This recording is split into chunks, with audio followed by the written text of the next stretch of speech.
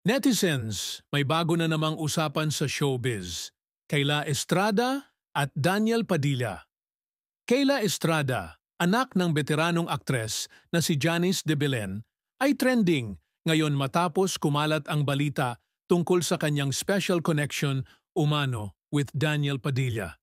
Maraming fans ang napa-wait, what? Kasi kilala si Daniel bilang half ng Kathnil, isa sa pinakamatibay na love team sa bansa. Pero kung titignan, si Kayla ay hindi lang basta showbiz royalty. She's been making her own mark as an actress at ngayon, mas lalo siyang napapansin dahil sa rumored relationship na ito. Siyempre, mixed reactions ang netizens, may mga kinikilig, may nagugulat, at may iba namang medyo umaasa pa rin sa Kathnil magic.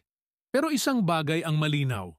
Viral na si Kayla Estrada at mas lumalawak ang spotlight na nakafocus sa kanya. Mga ka-showbiz, anong tingin nyo? Bagong love team ba ito o chismis lang na pinalaki? Share your thoughts sa comments at huwag kalimutang i-follow para sa mas marami pang showbiz updates. Kung titingnan natin, hindi na rin nakakagulat kung bakit biglang nagiging hot topic si Kayla Estrada. Aside from her famous parents, she's been steadily proving herself in acting. Mula sa teleserye roles hanggang sa pagiging fan favorite dahil sa kanyang strong screen presence. Dagdag pa dyan, may mga nagsasabi na refreshing daw ang personality ni Kayla. Hindi siya masyadong involved sa showbiz drama noon, pero ngayon, dahil sa rumored connection kay Daniel, parang bigla siyang nahulog sa gitna ng spotlight.